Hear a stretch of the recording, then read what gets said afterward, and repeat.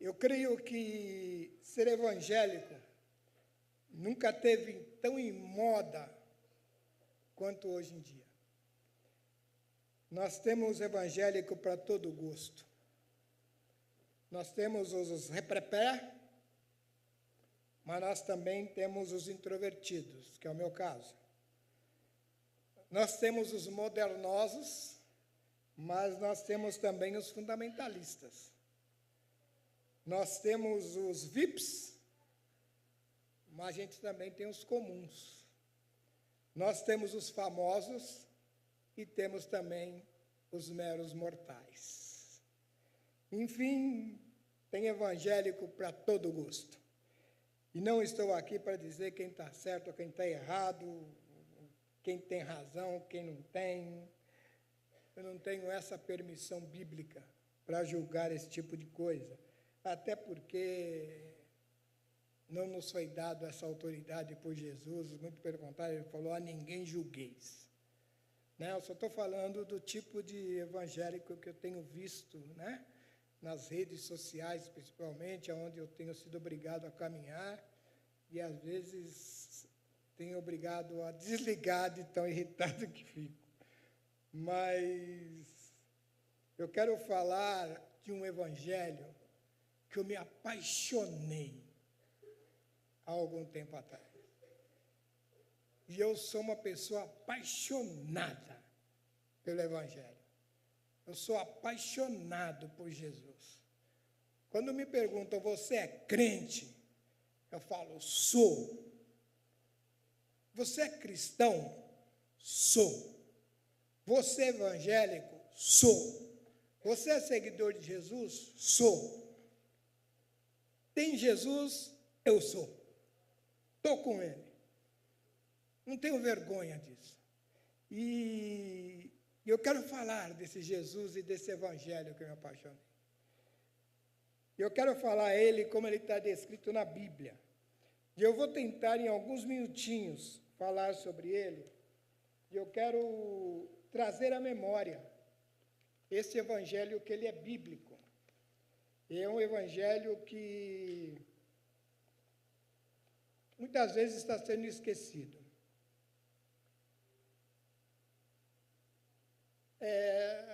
Tem algumas folhas aqui, mas é porque eu fiz 66 anos e eu não uso óculos.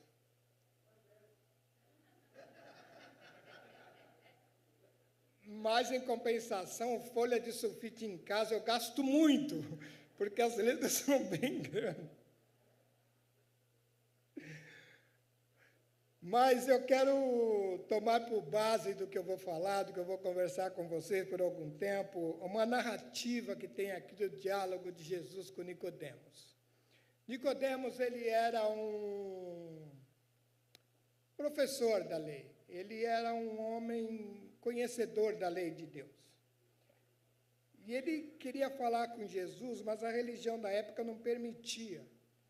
Então, diz os historiadores que ele foi ter com Jesus à noite para bater um papo com Jesus. Jesus, como sempre, nunca exclui ninguém. Muito pelo contrário, ele acolhe a todas as pessoas. Jesus nunca diz não para ninguém. Ele só diz, vem a mim. Jesus nunca diz, você não é bem-vindo. Ele fala, sente-se à mesa. A mesa é para você, tem lugar na mesa para você. Senta aí, vem para junto. E Nicodemos não foi diferente. Jesus chamou ele, começou a conversar com ele, e ele falou, ninguém faz o que você faz se Deus não for com ele. Me conta aí, quem é você? Jesus começa a conversar com ele, Jesus fala coisas assim, simples, infantis com ele. O básico. E fala, necessário te nascer de novo. E engraçado é que quem não tem o Espírito Santo de Deus, entende exatamente o que Nicodemos entendeu. Como assim? Vou voltar para a barriga da minha mãe? Jesus falou, não é isso. Não tem nada a ver com isso. Não é disso que eu estou falando. Eu estou falando de uma nova vida. Eu estou falando de um novo tempo. Eu estou falando de um novo nascimento. Eu estou falando de uma nova história. Eu estou falando de um novo caminho. Eu estou falando de um caminho melhor. E aí ele diz que Nicodemos se lembrasse um pouquinho da história. E ele chama a atenção de Nicodemos para um fato que aconteceu, que está descrito em Números capítulo 21. Quero deixar claro que eu não tenho a memória do Zé. Tudo que eu estou falando está escrito, está aqui anotado. Mas Jesus trouxe à memória de Nicodemos uma história que aconteceu no deserto, quando o povo de Deus se rebelou contra Deus. Deus falou para eles assim, eles falaram: Senhor, se o Senhor nos der os nossos inimigos, nós vamos servir ao Senhor. E Deus entregou a ele os inimigos. Não passou muito tempo, eles começaram a reclamar de Deus, a murmurar de Deus. E não foi uma murmuração qualquer. O texto diz: e falou contra Deus e contra Moisés, dizendo: porque vocês nos tiraram do Egito para morrermos aqui no deserto. Não há pão, não há água, e nós detestamos esta comida miserável. Então o Senhor enviou serpentes venenosas que morderam o povo e muitos morreram. Mas o texto diz que o povo se arrependeu. E Deus falou assim: faça uma serpente de bronze e levante-lhe uma cruz. E todos que olharem para essa serpente será salvo.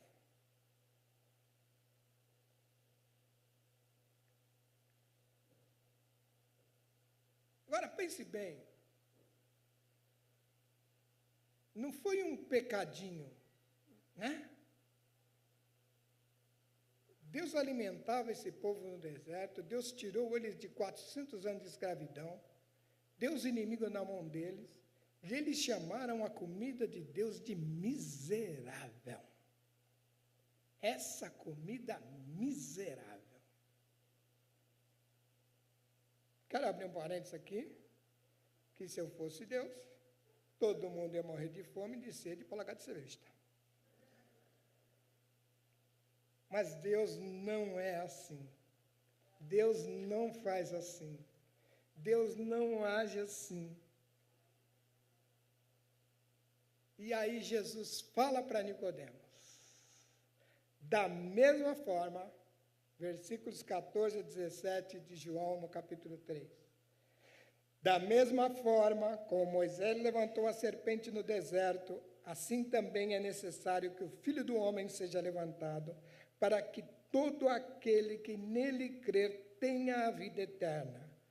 Porque Deus amou o mundo de tal maneira que deu o seu Filho unigênito para todo aquele que crer não pereça, mas tenha a vida eterna. Pois Deus enviou o seu Filho ao mundo não para condenar o mundo, mas para que o mundo fosse salvo por ele. Eu vou repetir isso porque esse versículo é um versículo que quase ninguém sabe. Porque Deus amou, e agora eu vou ter que acertar aqui o texto da NVI, porque Deus tanto amou o mundo, que deu o seu Filho unigênito, para todo aquele que nele crer, não pereça, mas tenha a vida eterna. Porque Deus não enviou o seu Filho ao mundo para condenar o mundo, mas para que o mundo fosse salvo por ele. primeiro princípio que fica estabelecido é: Jesus não veio iniciar religião nenhuma, ele veio salvar uma humanidade perdida que estava debaixo de condenação. Guarda isso com você. Jesus não veio fundar religião nenhuma. Ele veio salvar uma humanidade que estava debaixo da ira de Deus, debaixo de condenação. Então, quando alguém perguntar qual a religião de Jesus, você diga: eu não sei. Mas Paulo, escrevendo, ele diz: portanto, da mesma forma que o pecado entrou no mundo por um homem, e pelo pecado entrou a morte, assim também a morte veio para todos os homens, porque todos pecaram. Eu quero repetir isso. Todos pecaram. Eu vou repetir isso porque eu tenho uma esposa que ela tem uma mente lógica e exata, e todos para ela é muito complicado, mas eu vou repetir o que a Bíblia diz. Todos pecaram. Então, meu irmão, em nenhum momento da sua vida você se acha assim: eu sou bonzinho. Você é um miserável pecador. E Paulo ainda escreve: dos quais eu sou o principal. E eu quero tomar as palavras de Paulo para mim e dizer: dos quais eu sou o principal. Mas ele escreve: porque como por meio da desobediência de um só homem, são muitos os que foram feitos pecadores, assim por meio da obediência de um único homem, muitos foram feitos justos. A lei foi introduzida para que a transgressão fosse ressaltada. Então, aonde ressaltou-se o pecado,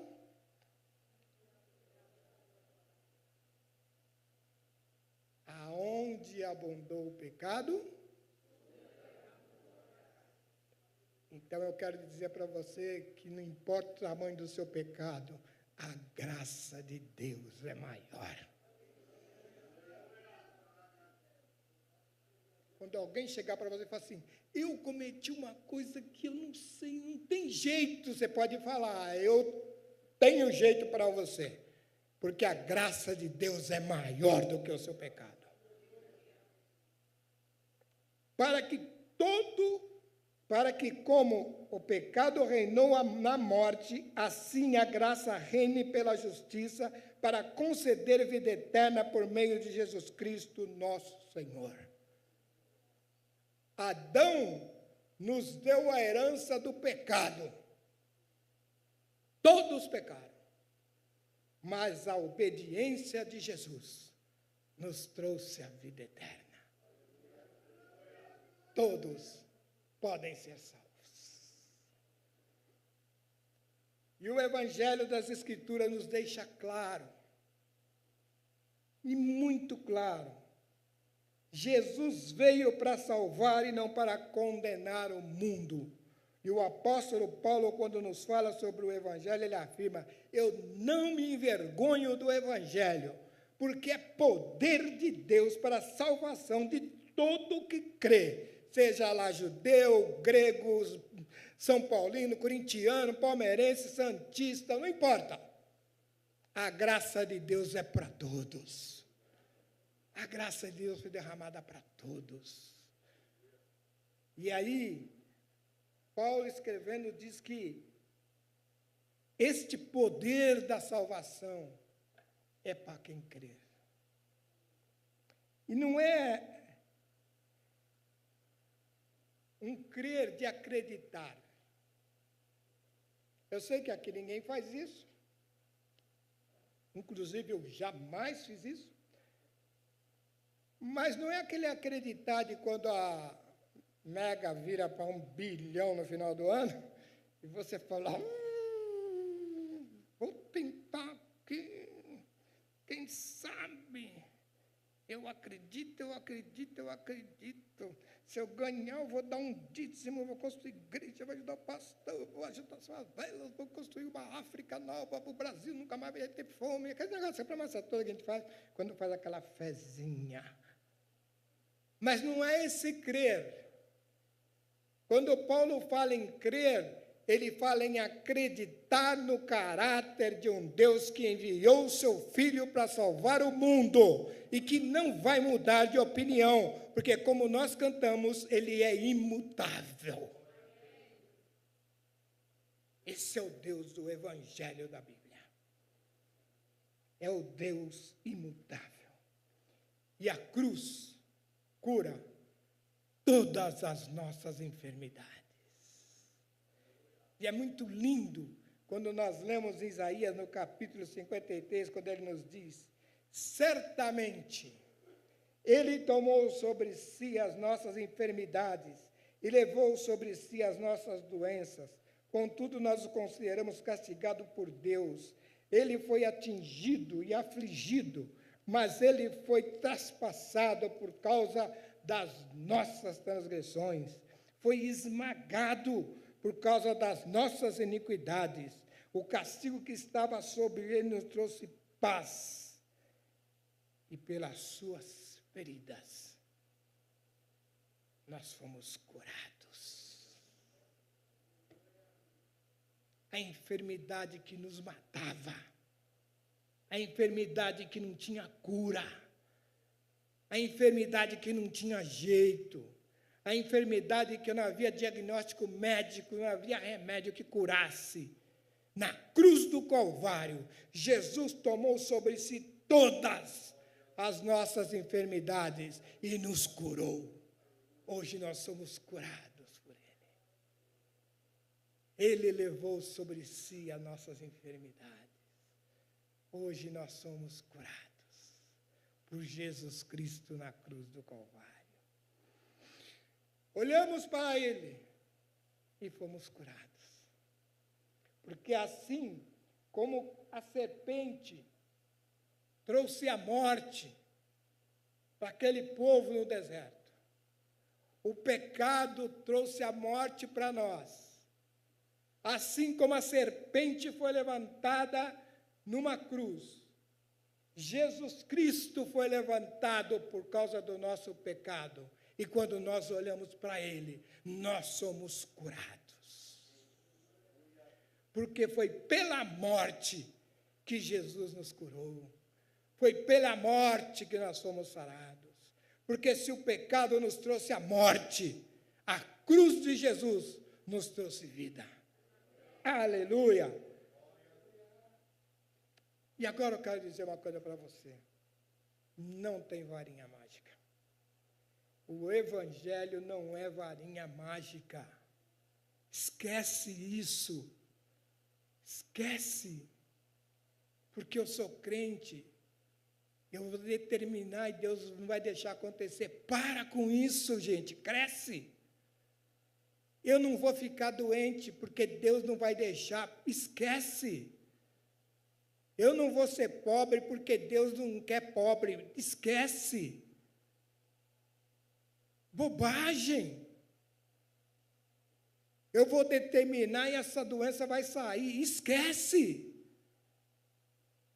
Não é para isso. Não foi por isso. Não é essa a intenção do Evangelho. O Evangelho de Jesus Cristo veio para curar a nossa enfermidade do pecado e nos levar para o céu. O céu é nosso destino. Com todos os problemas dessa vida, com todas as lutas dessa vida, com todas as aflições dessa vida, o que Jesus nos quer é com Ele no céu. Paulo nos diz que muitos vão ser salvos como que pelo fogo. Não tem vida fácil. Aqui o governo é corrupto. Aqui nego passa fome. Aqui o africano come um pacotinho assim, numa farinha velha, seca, custa R$1, para poder não morrer, enquanto o outro está banqueteando e comendo sopa com ouro. Esse é o mundo que nós vivemos. Mas no meio de tudo isso, há o poder de Deus que se chama Evangelho, que é poder de Deus para a salvação de todo o que crê. Isto é Evangelho. Não tem varinha mágica. Desculpa as fadas madrinhas. O Evangelho não é cumprimento de regras e ritos. O Evangelho não tem meritocracia. Como eu oro mais do que meu irmão ali. Deus me ama mais. Como eu vou em todos os cultos. Como eu faço isso, faço aquilo outro. Deus me ama um pouco mais. Deus não te ama nem mais nem menos, Deus te ama. Deus te ama. Mas eu piso muito na bola. Sorte sua, porque nem na bola eu consigo pisar, porque se eu pisar eu caio.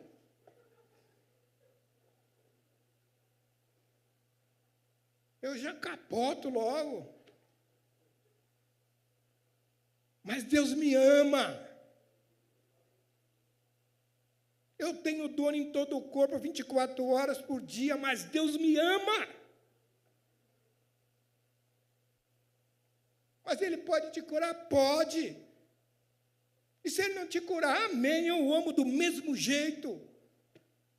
Porque eu não amo Deus porque Ele me cura. Eu amo Deus porque Ele enviou Jesus. E Ele curou todas as minhas enfermidades que podiam me mandar para o inferno.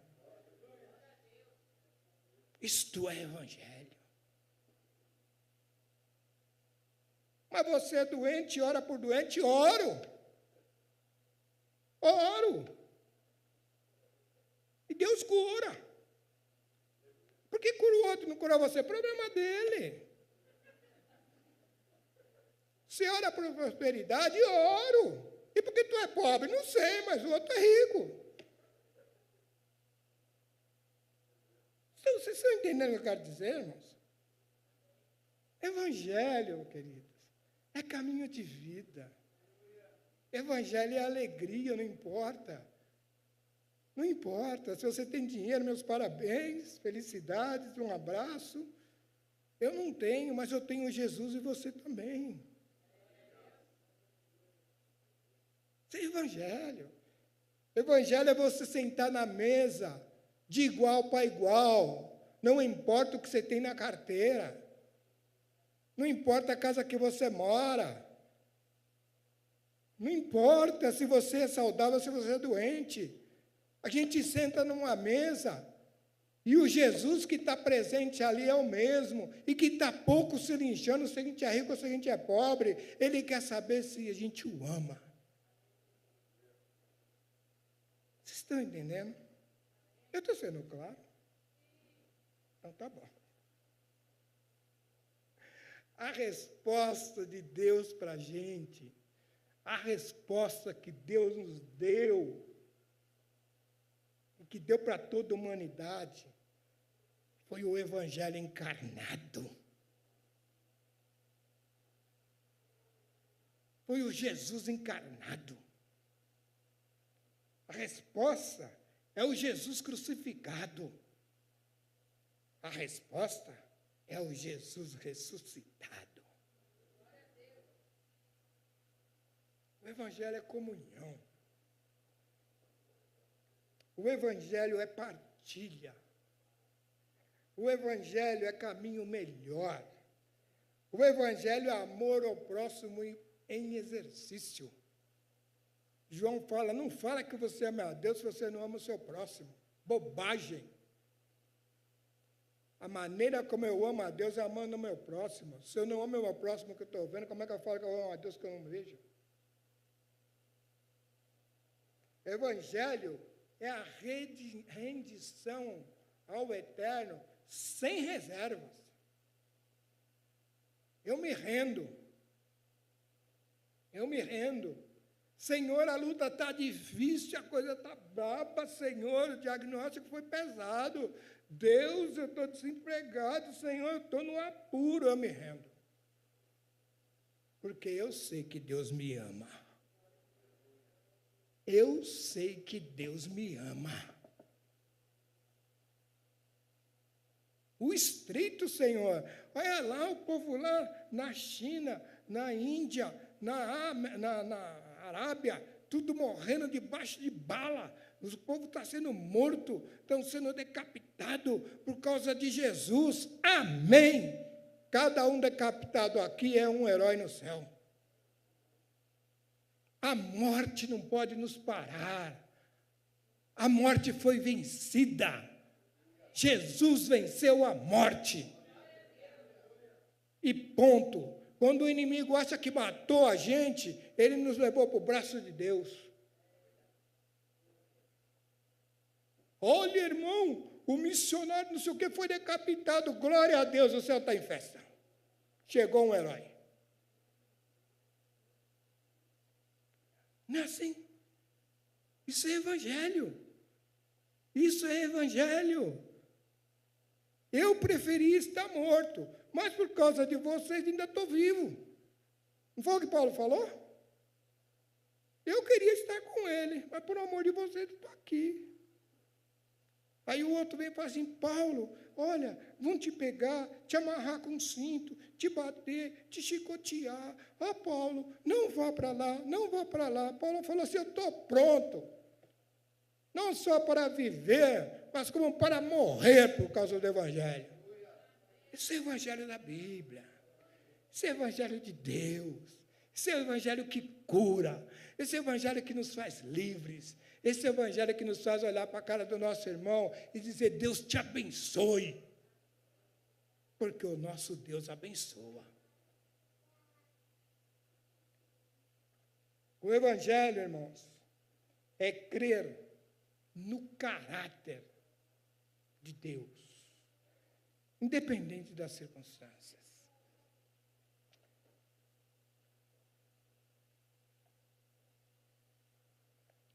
Sabe, irmãos, nessa luta, nessa vida, a gente tem muito problema. Muito. Mas a gente também tem muita alegria. Não tem. A gente tem muita dificuldade, mas a gente tem muitos momentos alegres. A gente tem muita tristeza, mas a gente também tem muita vitória. E em todo tempo, Deus está conosco. O Evangelho é entregar a vida e a eternidade, confiando que a cruz é a garantia para toda a vida e a eternidade, que o amor de Deus é sobre nós para todos sempre, independente das aflições da vida, Deus nos ama. Quem está passando por luta aqui? Misericórdia. Quem está bem na vida? Mas eu quero dizer uma coisa para vocês. Deus está com você porque Deus te ama. Deus te ama. Antes de você entrar no seu quartinho secreto, que agora é quarto secreto. Antes de você entrar no seu quarto secreto, Deus já entrou antes. E Ele está te esperando lá. Para dizer para você que se Ele não mudar as circunstâncias, Ele muda você.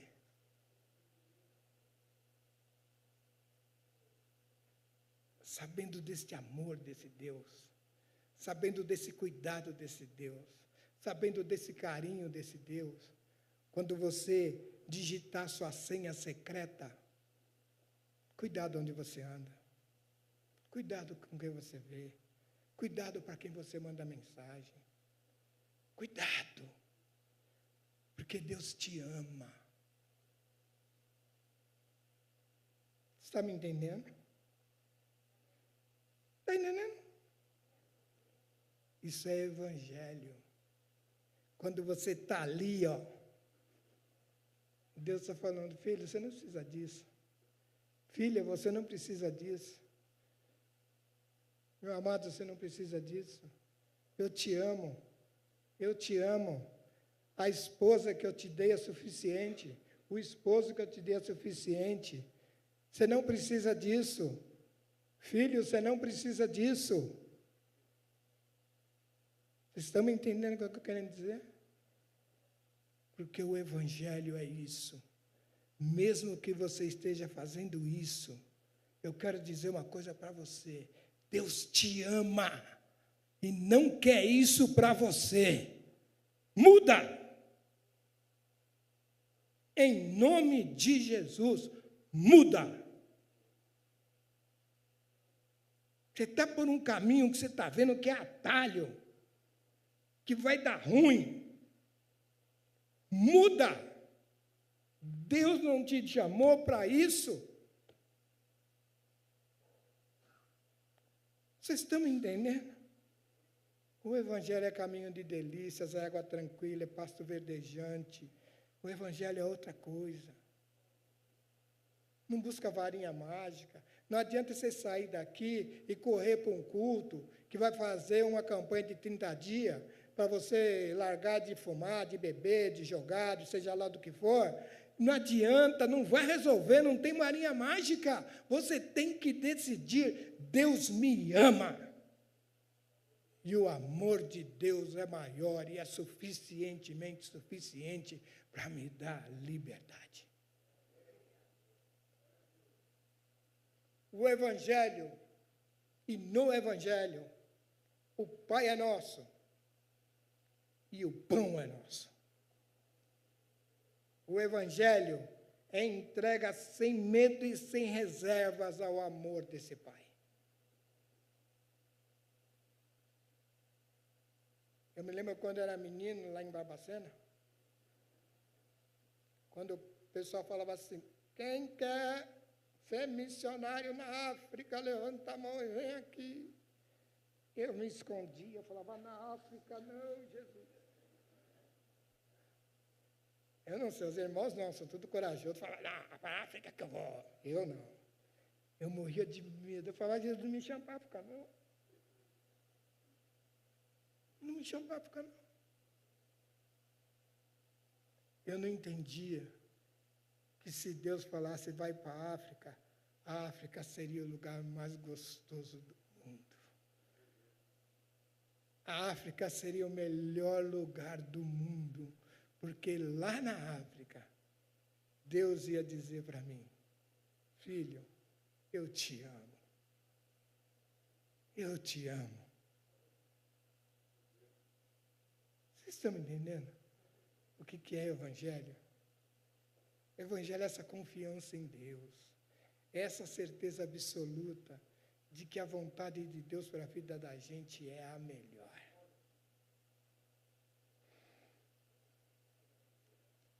Duas coisas eu quero repetir, para que vocês guardem. Deus não é crente. E Jesus não é fundador de religião. Eu vou repetir de novo. Deus não é crente. Jesus Cristo não é fundador de religião. Evangelho não é religião. Evangelho é caminho de Deus, caminho de vida, caminho de amor, caminho de esperança, caminho para o céu. O Evangelho não é cumprimento de regras e moralismos. O Evangelho é poder de Deus para a salvação de todo o que crê. O Evangelho é cumprimento do querer de Deus para a humanidade. O Evangelho é o Verbo encarnado. O Evangelho é a palavra de Deus viva. O Evangelho é nova criação. O Evangelho é o caráter de Cristo formado em nós. O Evangelho é a certeza absoluta de que aquele que começou a boa obra há de completá-la até o dia da sua plenitude. Paulo, escrevendo aos Filipenses, ele diz, estou convencido,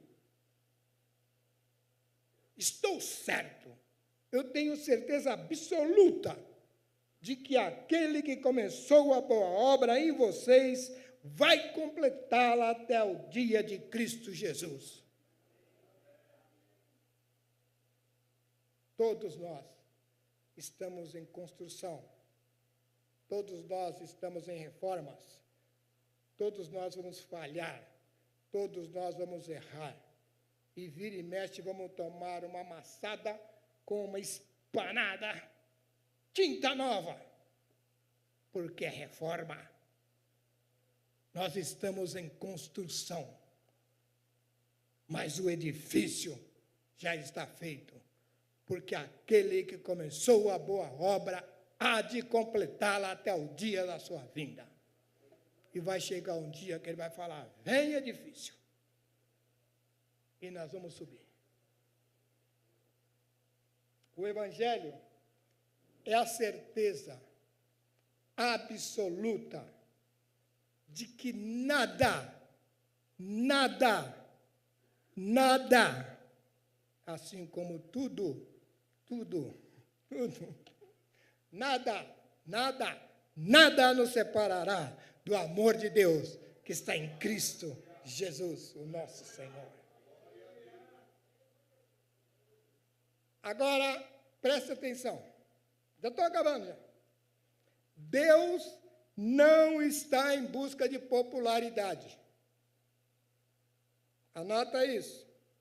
Deus não está em busca de popularidade, nem concorre a prêmio de simpatia. Deus não é alguém que precisa ser gostado. Ele não tem crise de identidade nem de baixa autoestima. Deus não precisa de defensores e nem de guarda-costas. Ele se garante. Anotaram? Ou quer que eu repita? Anotaram? É importante isso, porque nós estamos vivendo um tempo em que Deus tem que ser gostado. Então, o camarada fala o que quer e bem entende, e a gente fala assim, Deus é tão bonzinho, Deus te ama, Deus te quer. Fala assim, não, Deus é amor, não fala mal de Deus, não. Aí a pessoa fala, mas eu gosto de Deus. Deus não quer ser gostado. Deus não precisa ser gostado. Deus não entra em crise. Mas o camarada falou que Deus é mau. Deixa ele falar, porque Deus é bom. O problema dele, se ele acha que Deus é mau, a Bíblia diz que Deus é bom e dele só emana bondade. Eu não creio em Deus. Problema seu, azar seu, meu filho. Deus não existe, mas não existe mesmo. Quem existe sou eu e você. Deus está além de existir, Deus está além da eternidade, Deus é criador da eternidade. A sua mente não consegue alcançá-lo. Deus é um Deus indizível, inexplicável. Não há palavras em nós que possam explicar Deus. O dia que você explicar Deus, Deus deixa de ser Deus. Para de defender Deus. Para. Deus não quer ser gostadinho. Sabe o que Deus quer? E a Bíblia diz que isso Ele quer e Ele busca verdadeiros adoradores que o adorem em espírito e em verdade.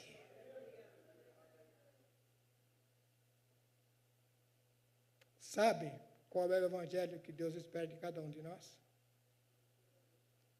Olha para Jesus. Olha para Jesus.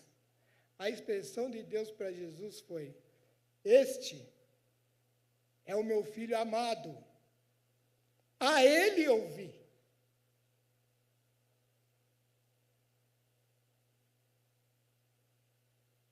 Jesus venceu a morte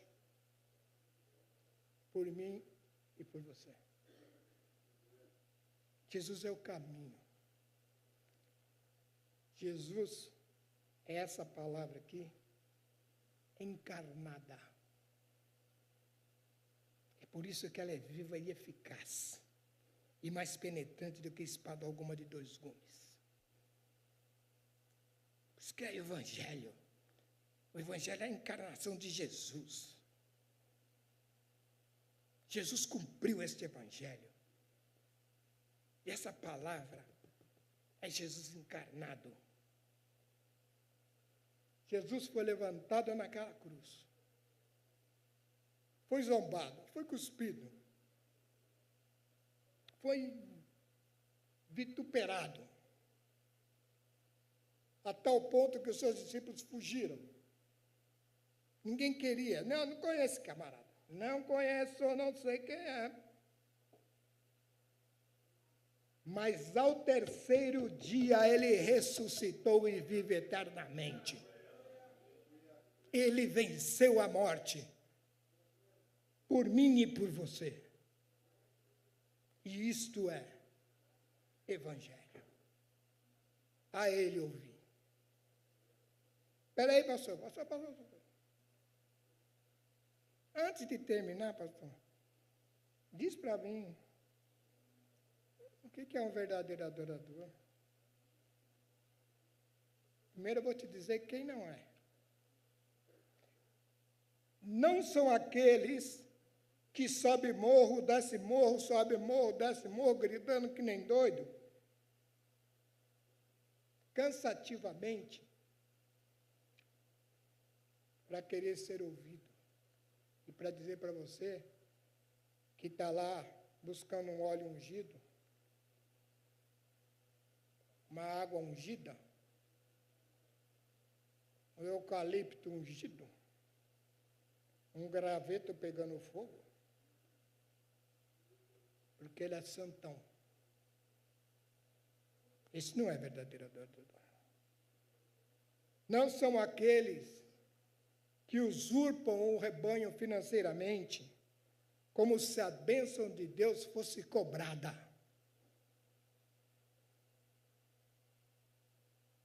Não são aqueles que pregam que cumprimentos de ritos e moralismos nos tornam mais amados pelo eterno Deus. Esses não são os verdadeiros adoradores. Os verdadeiros adoradores são aqueles que, independente das circunstâncias, ao orarem, dizem: Pai nosso, que estás nos céus. Os verdadeiros adoradores são aqueles que entendem o recado de Jesus, quando ressuscitado ele diz: eu vou para o meu Pai, o vosso Pai, o meu Deus, o vosso Deus. Os verdadeiros adoradores são aqueles que têm no seu coração guardado, aquietado, e aqui, quietinho,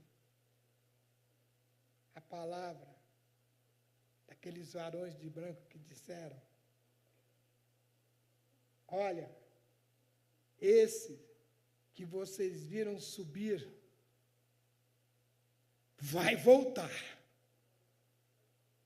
vai estar aqui com vocês, e desta vez é para todo sempre. Isto é o Evangelho. Haja Evangelho em vocês. Haja Jesus em vocês.